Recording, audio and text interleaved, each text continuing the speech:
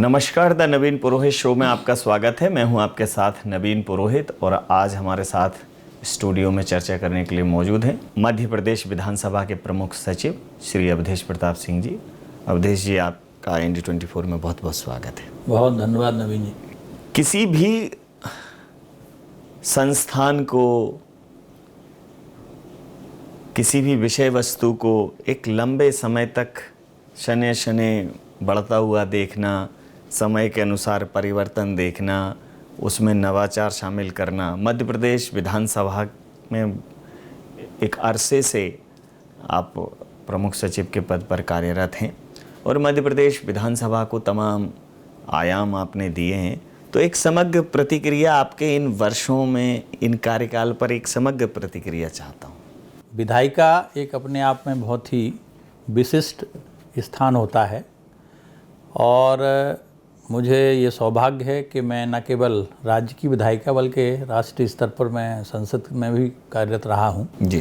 तो दोनों जगह मैंने देखा है। और जब मेरी प्रथम नियुक्ति संसद के राज्यसभा सचिवालय में हुई थी और वहाँ जब हमको वहाँ का सदन दिखाने, लोकसभा राज्यसभा दिखाने के लिए ले जाया गया था जी जी। तो वहाँ के जो महासचिव और दूसरे अधिकारी थे उन्होंने कहा था कि वो विशिष्ट जगह है जहाँ आप इतिहास बनता हुआ देखोगे। जी। तो मेरा ये सौभाग्य है कि मैंने दोनों जगह इतिहास बनता हुआ देखा है, न केवल संसद में बल्कि अपनी राज्य की विधान, और यहाँ तो लंबा टेन्योर मेरा हो गया है जी। तो समग्र रूप से यह है कि चूँकि स्थितियाँ बदलती रहती हैं और विधायिका जो है केवल एक भवन नहीं है बल्कि एक जीवंत इकाई है जिसमें विधानसभा के चुने हुए सदस्य जो जनता के द्वारा चुने हुए जाते हैं वो अपनी जनता की समस्याओं को वहाँ रखते हैं और साथ ही साथ जो मूल काम विधायिका का है वो रहता है विधान बनाने के साथ साथ कार्यपालिका की नीतियों पर, कार्यों पर नियंत्रण रखना। तो इस मामले में काफ़ी हद तक विधायिका सफल रही है।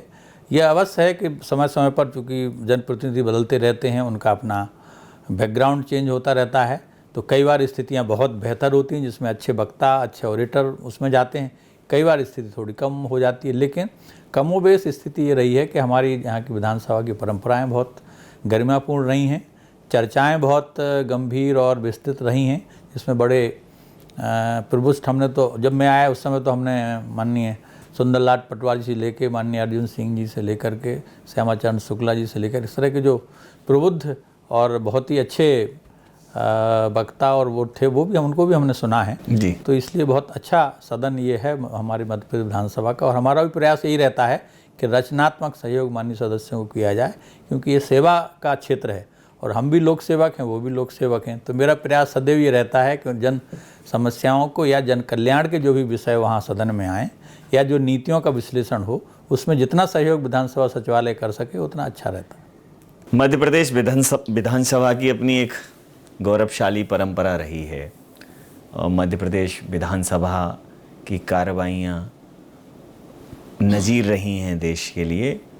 आपके कार्यकाल का मैं एक ऐसा अविस्मरणीय क्षण आपसे जानना चाहता हूं जिसमें आपको लगा हो कि कई बार हम पद पर रहते हैं लेकिन कुछ ही क्षण ऐसे होते हैं जिसमें उसकी सार्थकता समझ में आती है, वो एहसास दिल से होता है, वो ज़रूर जानना चाहूँगा, वो छुपा हुआ।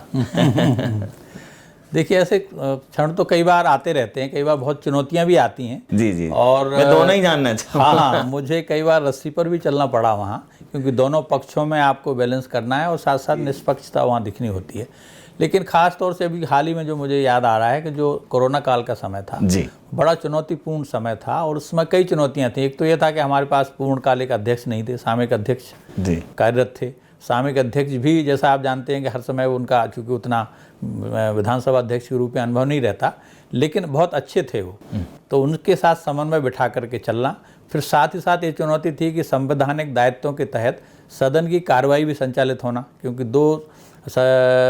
उसके सत्रों के बीच में 6 माह से ज़्यादा का गैप नहीं हो सकता, तो हमको वो भी संचालन करना था। तो हमने उस समय उसको बड़ी गंभीरता के साथ और बहुत ही शालीनता और संतुलन के साथ और सुरक्षा के साथ सदन की कार्रवाई हमने संचालित कराई, जो पूरे देश में एक नज़ीर बनी।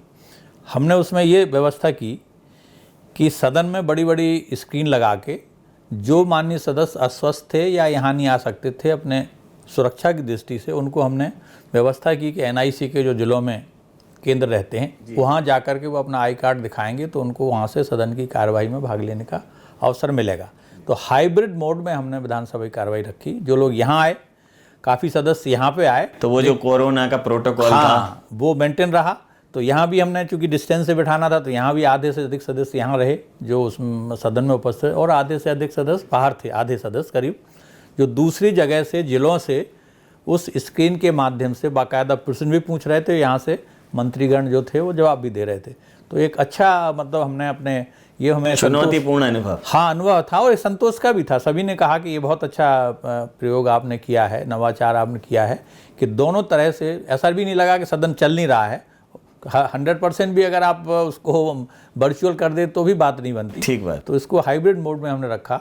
तो इस तरह से ये एक तो हमारा ये रहा। इसी तरह से राज्यसभा का चुनाव की स्थितियाँ वो थी जी, तब भी यही कोविड की बहुत विपरीत परिस्थिति थी। तो उसमें तो हमने वो कोविड किट पहन करके, और कई हमारे माननीय सदस्य भी उससे प्रभावित थे, तो हमने वो भी बहुत सफलतापूर्वक अलग उसका हमको स्थल बनाना पड़ा, क्योंकि बहुत मतलब और वो उसको सैनिटाइज कराना पड़ा। नया स्थल हमने कंस्ट्रक्ट कराया, मतलब उस टेम्परेरीली। तो चुनाव आयोग ने भी उसको बहुत सराहा कि ये अच्छा नवाचार या प्रयोग आपने किया है। तो इस तरह की परिस्थितियाँ रही हैं, और इसी दौर का उपयोग हमने रचनात्मक अपने स्तर से भी किया। जी, मैं एक प्रश्न, एक्चुअली ये मेरी जिज्ञासा है। हाँ। और वो जिज्ञासा इसलिए भी है कि मैं हमेशा कई बार देखता हूँ कि लोग कुछ बोलते हैं कि भाई सत्र का समापन हो गया, लेकिन विधानसभा की तरफ से हमेशा सत्र स्थगित होता है, होल्ड पे जाता है। मतलब विधानसभा में हमेशा जीवंत रहती है, समापन जैसा कोई शब्द विधानसभा में नहीं है। तो एग्जैक्टली क्या है? बिल्कुल आपने सही पकड़ा, उसको स्थगित ही होता है, वो प्रोरोग किया जाता है उसको, साइनेडाई। जी जी। तो उद्देश्य रहता है कि अगर कोई डेट तय होती है तो अगले दिन तक सदन की कार्रवाई फला तारीख तक के लिए स्थगित की जाती है, ऐसा, या फिर अनिश्चित काल की। हाँ, या फिर स्थगित होता है, लेकिन समापन नहीं होता। मतलब और अनिश्चित काल में भी 6 महीने के अंदर आपको दूसरा सत्र कॉल करना। बिल्कुल बिल्कुल।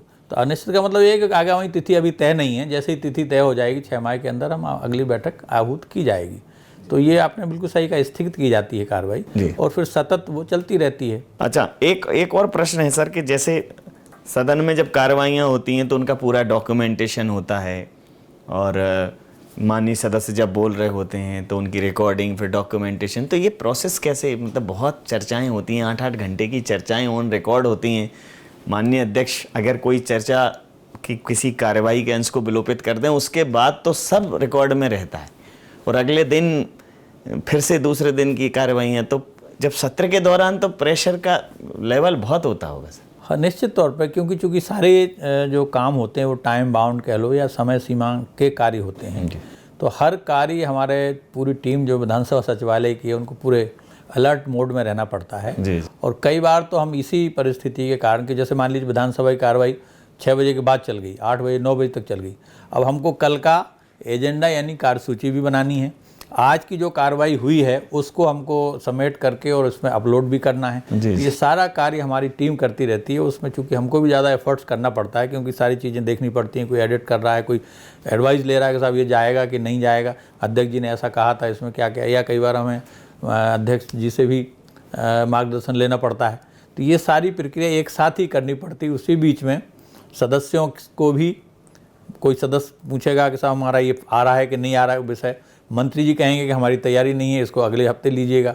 तो इस तरह के कई स्थिति परिस्थितियों से गुजरना पड़ता है, और इसीलिए इसको आप कह रहे हैं कि प्रेशर की बात रहती है। लेकिन चूंकि हम उस माहौल में रहते हैं, इसलिए हम उसको संतुलन बनाने के साथ उसका पूरा करते हैं, और अपने कर्तव्य का चूंकि हमारे हिस्सा है वो, तो प्रयास ये रहता है कि बेहतर ढंग से उसका अभी सर हर 5 साल में जब चुनाव होते हैं तो कई सदस्य ऐसे होते हैं जो एकदम नए होते हैं, कुछ वरिष्ठ होते हैं तो जो विधानसभा की कार्रवाइयों से पूर्णतः अवगत होते हैं, उसमें अनुभव रखते हैं, कुछ लोग विशेषज्ञता भी रखते हैं।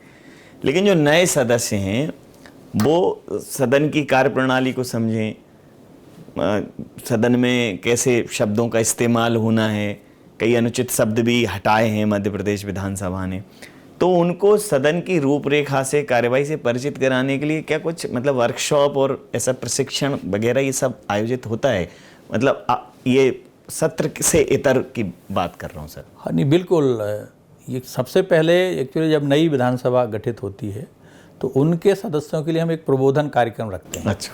जिसमें वरिष्ठ राजनेताओं को हम बुलाते हैं। जी। जैसे इस बार हमने जब शुरुआत में रखा था तो लोकसभा अध्यक्ष उसके उद्घाटन के लिए आए थे, फिर उत्तर प्रदेश विधानसभा के अध्यक्ष थे और भी वरिष्ठ हमारे सांसद, उनको हमने प्रवक्ता के रूप में, प्रबोधन के रूप में, यहाँ के पूर्व मुख्यमंत्री जी को भी रखा था जी।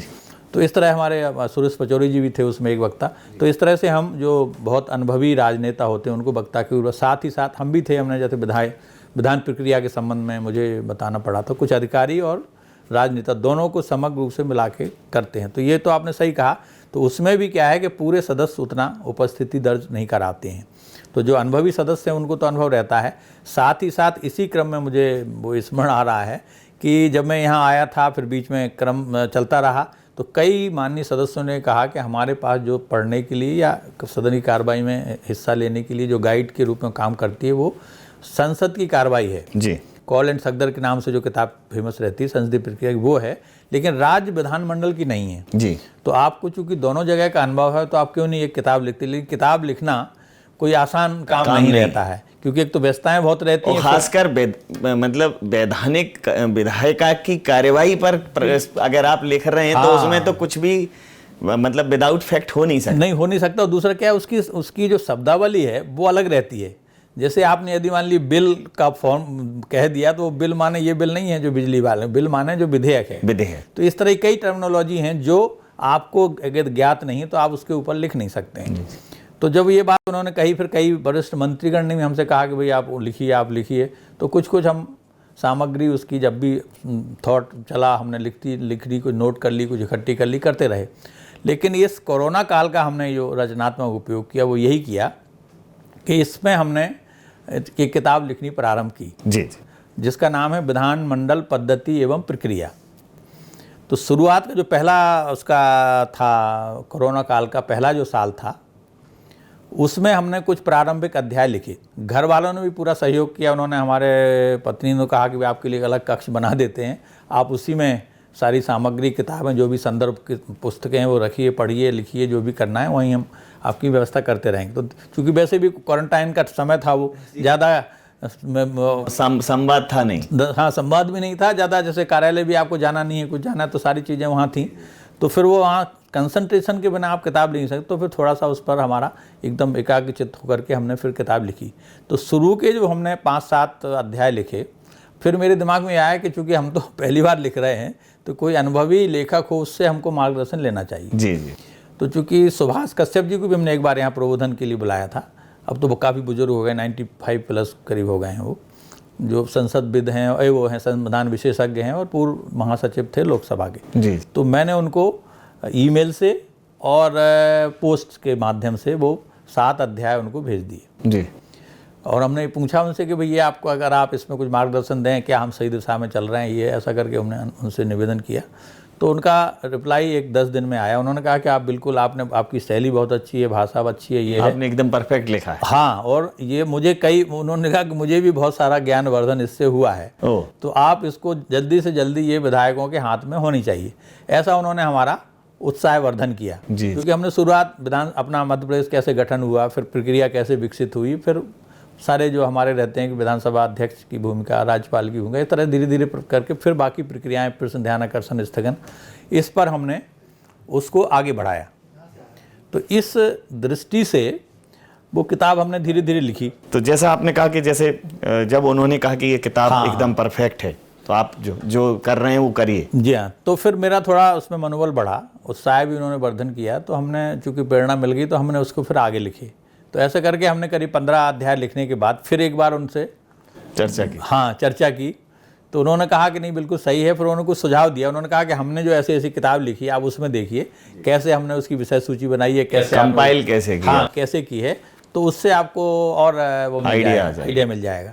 तो हम तो लिख ही रहे, चूँकि हमारे जो भी हमारी विधानसभा की प्रक्रिया नियमावली है उसके हिसाब से जो प्रक्रियाएँ निर्धारित है, उस हिसाब से हमने चैप्टर्स बनाए थे। तो ऐसे करते करते साथ ही साथ हमने उसमें सरल भाषा में, चूँकि सदस्यों का अनुरोध था कि सरल भाषा में आप लिखिए कि हम लोग समझ सकें, तो हमने उसको सरल भाषा में लिखते हुए, और साथ ही साथ चूँकि लोग क्या करते, किताब लिख देते हैं कि भाई ये ध्यान आकर्षण है तो क्या प्रक्रिया हो, ऐसा होगा, ऐसा होगा, ऐसा। लेकिन हमने उसको व्यवहारिक उद्धरणों के साथ लिखी। हाँ। और जो उस प्रक्रिया में यदि चर्चा हुई सदन में तो अध्यक्ष से कई बार उस पर व्यवस्थाएं आती हैं, जी, मार्गदर्शन आते हैं, गाइड लाइंस आती हैं, तो हमने उनको उसमें रेफरेंस में लिखा हाँ, कि ये उस हाँ, पर कि इसमें ये अध्यक्ष ने जो है आसंदी से जो व्यवस्था दी वो ये है, और संबंधित उसका जो रूल है, नियम है, उसको भी हमने तो वहाँ जब ये किताब का लोकार्पण हुआ और ये माननीय विधायक गणों के पास पहुंची ये किताब, तो फिर रिस्पॉन्स कैसा था, उनका क्या प्रतिक्रिया आई कि उनके लिए ये कितनी उपयोगी सिद्ध हुई? ये किताब हमने शायद 1921 में हमारी ये लोकार्पण हुई विधानसभा के मानसरोवर हॉल में। बड़े अच्छा कार्यक्रम हाँ, उन्होंने, मैं स्वयं उसका साक्षी थे उसमें। जी। तो वो माननीय अध्यक्ष, मुख्यमंत्री, सभी लोगों ने उसको बड़ा अप्रिशिएट किया था। लेकिन उसके बाद फिर विधायकों को जो आपने कहा प्रबोधन कार्यक्रम के बाद उसको इस नवीन जो नवगठित विधानसभा थी इसमें उसको बांटा गया था। तो उन सदस्यों ने, कई लोगों ने, अभी जो माननीय हेमंत खंडेलवाल जी जो वो बने अध्यक्ष, उन्होंने भी हमको कहा कि मैं बजट के उस पर भाग ले रहा था, मुझे कुछ समझ नहीं आ रहा था, तो हमारे पूर्व अध्यक्ष डॉक्टर सीतारमण शर्मा जी ने आपकी किताब खोल करके दी कि आप इसको पढ़िए और फिर आप बोलिए। तो बोले बड़ी उपयोगी मुझको लगी। तो ऐसे कई सदस्यों ने हमको प्रतिक्रियाएं दी, और साथ ही साथ अपने यहाँ के अलावा जो हिंदी भाषी राज्य हैं उनमें जो मिला वो तो अद्वितीय था। उत्तर प्रदेश विधानसभा के माननीय अध्यक्ष तो हमको यहाँ भी अप्रिशिएट करके गए, उन्होंने चिट्ठी भी लिखी कि ये हिंदी भाषी राज्यों के लिए बहुत अद्वितीय दस्तावेज है और बहुत बड़ा उपयोगी है। तो उनमें आजकल खैर चूंकि एआई का ज़माना है और डिजिटल युग है, तो अब तो जब वो उस किताब की कई बार पता चलता है कि किताब किसी भाषा में लिखी गई होती है और फिर उसके ट्रांसलेशन भी होने लगते हैं, और जो ट्रांसलेटर होते हैं वो इतने सटीक ट्रांसलेशन करते हैं कि उसका भाव और उसका अर्थ किसी भी तरह से बदले नहीं। तो अब इसके लिए कभी ऐसे किसी ने ट्रांसलेशन करने की इच्छा जताई हो?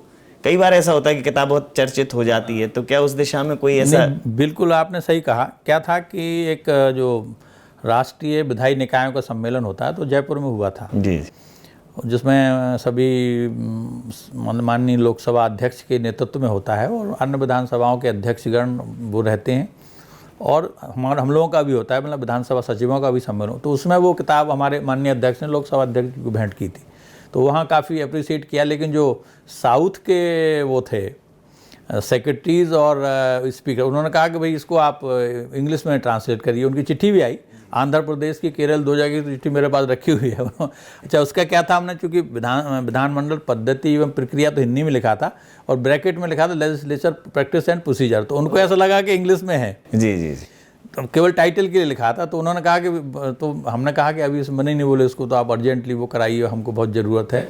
इवन आंध्र प्रदेश के तो स्पीकर ने कहा कि नहीं, हम तो हिंदी में ही पढ़ेंगे उसको, आप हमको दीजिए। तो उनको उसमें दी, तो ऐसा लोगों ने रुचि तो काफ़ी की है जी।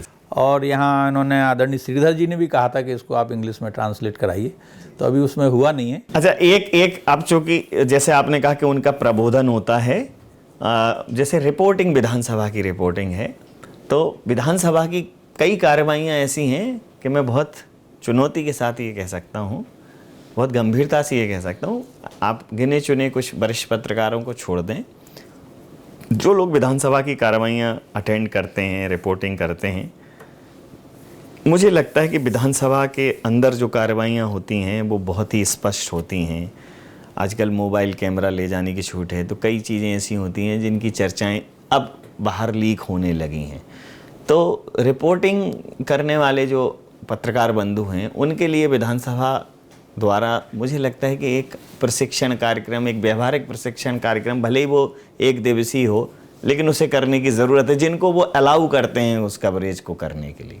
नहीं, बिल्कुल सही, अच्छा आपका सुझाव है। मेरा भी ये विचार था, पहले भी मैंने पिछले उसमें भी प्रयास किया था। कई बार ऐसा सेल्फी में वो पिक्चर्स आ गई, कभी कोई आराम की मुद्रा में, अगर कोई 4 घंटे 5 घंटे बैठेगा, अगर मैं ये इंटरव्यू 5 घंटे करूंगा तो आप में से आप और हम दोनों ही अपने हाथ पैर सीधा करने का एक आध बार प्रयास करेंगे, लेकिन वो सेल्फी का एक क्षण या उस फोटो का एक क्षण पूरे विधानसभा की गरिमा को मतलब भंग करता दिखता है। बिल्कुल। तो मुझे लगता है कि थोड़ा सा अगर इस विषय में वार्ता होगी, पत्रकार बंधुओं से बातचीत होगी, तो और बेहतर सदन की कार्यवाही गरिमापूर्ण तरीके से जनता के सामने आ सकती। नहीं, बिल्कुल, ये एक्चुअली ये दोहरा दायित्व है। जो पत्रकार बंधु हैं उनका भी दायित्व है कि संसदीय पत्रकारिता बाकी की पत्रकारिता से बिल्कुल भिन्न है। बिल्कुल भिन्न। तो उनको इस उसका जो वरिष्ठ लोग हैं, जो जिन अनुभवी हैं, वो इसका ध्यान रखते हैं, मैंने देखा। लेकिन जो नए हैं, जिनको अभी उतना एक्सपोजर नहीं है, उस मामले में वो हड़बड़ी कर जाते हैं, जल्दी कर जाते हैं, जिसमें ऐसी चीज़ें जो कि उनको नहीं उठाना चाहिए वो उसको उठाते हैं, और जो वास्तव में जिसमें उनको कमेंट करना चाहिए, जिसमें उनको अपना राय या मंथन करना चाहिए, वो छूट जाती हैं। तो इसके लिए एक बिल्कुल अच्छा वो है कि एक संसदीय पत्रकारिता का हम एक कार्यक्रम वहाँ रखें, और जिसमें जो अनुभवी लोग हैं वो अपने एक्सपीरियंसेस शेयर करें। बिल्कुल ठीक। एक और के चूंकि डिजिटलाइजेशन के दौर में मध्य प्रदेश की विधानसभा ने कुछ नए आयाम स्थापित किए हैं, पेपरलेस प्रोसीजर को एक्सेप्ट किया है, तो ये क्या है, ये पेपरलेस प्रोसीजर पूरा? देखिए क्या है कि चूँकि जैसा आपने कहा तकनीकी का युग है, और ज़्यादा से ज़्यादा जानकारियाँ नेट पर या हमारे वर्चुअली अवेलेबल हैं, आपके हाथ में मोबाइल पर हैं, कंप्यूटर पर हैं। तो इसी प्रक्रिया को आगे बढ़ाते हुए डिजिटल सदन की कार्रवाई भी शुरू हुई है, और जो केंद्र सरकार का संसदीय मंत्रालय है, उसने जो है वन नेशन वन विधान, जिसको नेशनल ई विधान कहते हैं जी, वो उन्होंने एक सॉफ्टवेयर वहाँ डेवलप किया, जिसमें सभी राज्यों के विधानमंडल और संसद और के वो एक प्लेटफॉर्म पर आ जाएंगे जी। तो उसको डिजिटाइज करने के लिए, उसको कंप्यूटराइज करने के लिए सभी विधानसभाओं को उन्होंने एक प्रोग्राम भेजा है। तो उसी को हमने यहाँ एडॉप्ट किया है, जो NIC के माध्यम से उन्होंने बनाया है।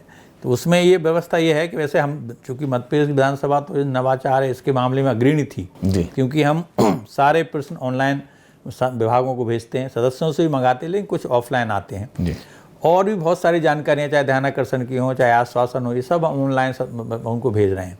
लेकिन कुछ चीज़ें हैं जो हम ऑफलाइन भेजते थे या प्रिंट करके भेजते, जैसे प्रश्नोत्तरी पहले हमने लिमिटेड की थी, लेकिन कुछ सदस्यों ने कहा कि नहीं, हमको बिना उसके नहीं वो आता है, और सदन में चूँकि कंप्यूटर भी नहीं है जी, तो हमने वो मुद्रित करके उनको देते हैं। अब व्यवस्था जो होगी ई विधान में या पेपरलेस की जिसकी आप बात कर रहे हैं, तो पेपरलेस तो एक अगला मतलब फाइनल स्टेप होगा। उसके पहले हम लेस पेपर की ओर बढ़ेंगे। लेस पेपर, हाँ, यानी पेपरलेस, बिल्कुल कम से कम पेपर की माने, क्योंकि अब जब प्रारंभ करेंगे इस कार्यवाही को, जिसमें कोई भी दस्तावेज हैं, आपके प्रतिवेदन हैं, विधानसभा की प्रश्नोत्तरी है, विधायकों को बजाय मुद्रित प्रति के हम उनको ऑनलाइन उनके कंप्यूटर पर भेज देंगे। लेकिन कई अभी प्रारंभ में ये स्थिति बनेगी कि वो हो सकता है उतने उससे एफिशिएंटली नहीं कर पाएंगे, तो हम दोनों चीज़ें रखेंगे। बिल्कुल ठीक बात। ऐसे ही कोई भी प्रक्रिया ऐसे ही अमल में आती है, और उनको प्रशिक्षण भी हम देंगे। तो ये हमारा प्रयास है कि सदन में टैब लग जाएं, और जो भी जानकारियां चाहे शासन से आनी हो, कहीं से भी आनी हो, ऑनलाइन। अभी एक मांग और उठ रही है, चूंकि विधानसभा की कार्रवाई, मध्य प्रदेश विधानसभा की कार्रवाई बड़ी रोचक होती है। जो लोग वहाँ दीर्घाओं में होते हैं, चाहे पत्रकार दीर्घा हो, दर्शक दीर्घा हो, जो लोग विधानसभा की कार्रवाइयाँ देखते हैं, फिर बाहर आके अपने अनुभव शेयर करते हैं। लोगों को एक जिज्ञासा होती है कि हमें लाइव देखने को मिले, तो कार्रवाई का लाइव करने का बड़े समय से डिमांड चल रही है। हालांकि वो जो माननीय जो सदस्यगण हैं, उनके कक्षों में तो लाइव टीवी लगा रहता है, लेकिन अभी वो इंटरनल है प्रोसीजर। उसको ब्रॉडकास्ट या उसकी कहना चाहिए कि उसको जो डिजिटल प्लेटफॉर्म है, उसकी लाइव स्ट्रीमिंग शुरू करने की भी बात चल रही है। तो क्या उस दिशा में कोई विचार चल रहा है? देखिए क्या है, जैसे हम मुख्य जो कार्रवाइयाँ हैं हम लाइव करते हैं जी जी, चाहे राज्यपाल जी का अभिभाषण हो, बजट हो, और या मुख्यमंत्री नेता प्रतिपक्ष के अभिभाषण हो, इस तरह के हम जो मुख्य वो आते हैं उस पर हम लाइव करते हैं। साथ ही साथ हर दिन की कार्रवाई को हम अपनी वेबसाइट पर अपलोड करते हैं। तो और आप लोग भी जो पत्रकारगण हैं वो हमारी दीर्घा में बैठ करके सारी चीज़ें लाइव देखते हैं। जी जी। केवल ऑफिशियल लाइव हाउस की बात है तो वो माननीय अध्यक्ष के अधिकार क्षेत्र का विषय है, वो सर्वदलीय चर्चा करके वो यथा समय उस पर निर्णय लेंगे। और पहले चूंकि जब ई विधान स्थापित हो जाएगा, फिर मेरे ख्याल माननीय अध्यक्ष जी उस पर विचार करेंगे। जी, तो ये मतलब बचपन में एक खेल सुना था, रस्साकसी, और आप एक्चुअली आप तो रस्साकसी खेल ही रहे हो, देख ही रहे हो हमेशा। मतलब एक माननीय विधानसभा अध्यक्ष और आप प्रमुख सचिव महोदय, तो जो तारतम्य बनाना पड़ता है, दो विपरीत ध्रुव हैं, एक दूसरे पर आरोप लगा रहे हैं, धरना प्रदर्शन भी है, सदन की कार्रवाई सुचारू रूप से चल पाए, कम से कम व्यवधान हो, तो बड़ा मान मनोबल का दौर रहता होगा। शिकवे शिकायतें बहुत सुनने होंगे, जिज्ञासाएं भी शांत करनी होती होंगी। तो एक मतलब जिसको कहना चाहिए बहुत कूल मेंटल स्टेट के साथ ही काम कर पाते होंगे। कैसे मतलब इसको मैनेज कैसे करते हैं? ये बिल्कुल आपने कहा कि ये बिल्कुल बहुत महत्वपूर्ण बात आपने कही है। और जिस पोजीशन में या जिस दायित्व को हम निर्वहन करते हैं उसमें तो मेंटल बैलेंस बहुत ज़रूरी रहता है। जी जी तो मैं इसके लिए एक तो मेडिटेशन करता हूँ जी जी जी और कई परिस्थितियाँ ऐसी आई, जैसे एक अभी मुझे एकदम याद आ रहा है। जी जी अब आप सदन की स्थिति देखिए, आप वहाँ बैठे मान लीजिए अध्यक्ष जी हैं, मैं यहाँ बैठा हूँ और इधर सदन, इधर पक्ष प्रतिपक्ष है। जी अब एक चर्चा चल रही है और मंत्री जी एक किताब उठाते हैं, संसदीय कार्य मंत्री जी, और वो उनके हाथ से छूट के और नेता प्रतिपक्ष की टेप के नीचे गिरती है। जी जी अब इस पे हंगामा हो जाता है कि साहब उन्होंने फेंक के, हाँ फेंकी आपने, भली को छूटी जो भी है, उन्होंने कहा आपने फेंक के मारी और एकदम असंसदीय, इससे बड़ा असंसदीय वो व्यवहार हो नहीं सकता, उनकी तो सदस्यता समाप्त होनी चाहिए। बहुत ज़्यादा हंगामा हो गया, सदन की कार्रवाई स्थगित होती है। फिर वो ये होता है कि भाई माफ़ी मांगेंगे, ये मांगेंगे, लेकिन माफ़ी मांगा उन्होंने। फिर सदन दोबारा जब आहूत हुआ उन्होंने माफ़ी भी मांगी, लेकिन चूंकि विपक्ष को मुद्दा मिला हुआ था, उन्होंने कहा कि नहीं, हम इस पर सहमत नहीं है, इनके खिलाफ तो कार्रवाई होनी चाहिए, निलंबन होना चाहिए, ये होना चाहिए, ऐसा जैसा होता है। जी तो काफ़ी हंगामा हुआ, लोग उसमें आ गए, वेल में आ गए, गर्भगृह में सदन के। अब चूंकि कुछ कार्य जो वित्तीय कार्य होते हैं वो समय सीमा में ही पूरे करने पड़ते। तो दो एक बार अध्यक्ष ने प्रयास किया कि समन्वय नहीं बना, तो हम कार्रवाई आगे बढ़ा रहे थे।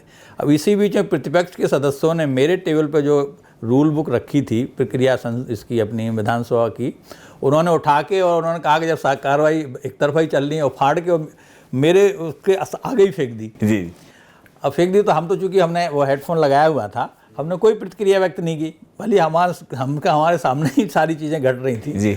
और फिर वो कार्रवाई खैर चली, उसके बाद सदन स्थगित हो गया।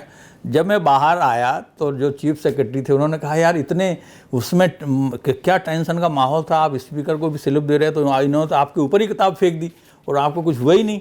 तो मैंने कहा यही चीज़ तो वहाँ बैलेंस करनी पड़ती है, क्योंकि हमको उसमें जहाँ बहुत कुछ हो रहा हो और वहाँ कुछ भी ना हो। हाँ, वो हमको उसमें पार्टी थोड़ी बनना है कि हम उनको ये कहें कि नहीं आप गलत कर रहे हो। तो मैंने कहा ये अध्यक्ष के देखने का काम था। तो इन सारे संतुलन को तो बनाना पड़ता है, तभी आप निष्पक्षता से कार्य कर सकते हो, क्योंकि दोनों पक्षों को आपको बराबर, अगर कोई जानकारी प्रतिपक्ष मांगता है तो उसको भी हम देते हैं, सत्ता पक्ष वाले मांगते हैं तो उनको भी देते हैं, और समय समय पर अध्यक्ष जी का भी सहयोग करते हैं। अंतिम और महत्वपूर्ण प्रश्न, चूंकि विधायिका के माननीय सदस्यों के कार्य व्यवहार के उत्तरदायित्व की और उनके संरक्षण की भी जवाबदेही आपकी है, माननीय विधानसभा अध्यक्ष की है, चूंकि आप प्रमुख सचिव हैं तो आपकी भी जवाबदेही है। तो माननीय विधायकों की गरिमा बनी रहे और उनके कार्य व्यवहार से जनहित के जो कार्य हैं वो सुचारू संचालित रहें। तो एक तो कार्यवाही है तब तो ठीक है, लेकिन जब कार्यवाहियाँ नहीं होती हैं, जो ऑफलाइन मोड होता है, उस मोड में भी एक्टिव रहना पड़ता है। हाँ बिल्कुल रहना पड़ता है। एक्चुअली क्या है, लोगों को ये इम्प्रेशन है कि विधानसभा तभी चलती है जब विधानसभा का मुझे भी यही है सर, सत्र है, पर वस्तु स्थिति कुछ इससे भिन्न है। क्या है कि विधानसभा के ही बिहाफ पर या विधानसभा का ही लघु रूप विधानसभा की समितियां होती हैं, इनको सभा समितियां कहते हैं। जी सभा। हमारे यहाँ 18 से 22 समितियां बनी हुई हैं जो लगातार काम करती है। उनमें कौन सदस्य, सभी दलों के सदस्य उनमें सदस्य होते हैं समितियों के, और वो समितियां जो है वो दलगत भावना से ऊपर उठकर काम करती हैं।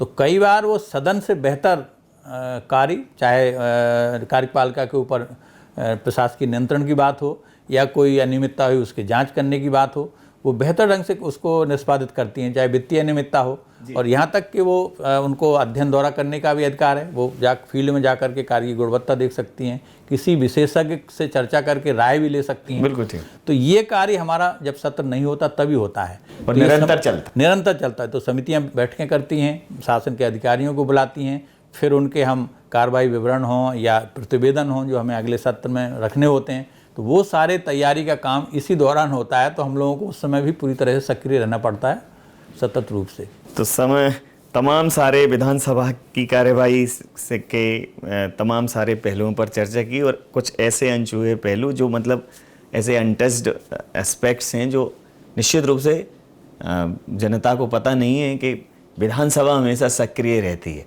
उसमें कुछ भी ऑफलाइन नहीं होता, कुछ भी ऐसा नहीं होता कि जो समाप्त हो जाए या एक निश्चित समय काल के लिए हो। तमाम सारे ऐसे पहलुओं को आपने छुआ, और मध्य प्रदेश की विधानसभा का गौरवशाली जो इतिहास है उसको गढ़ने में आप जैसे लोगों का विशिष्ट योगदान है। आपने इतना समय हमें दिया, हमारे साथ अपने तमाम सारे विचार साझा किए, हमारी जिज्ञासाएं शांत की। आपका बहुत धन्यवाद, बहुत आभार। बहुत धन्यवाद।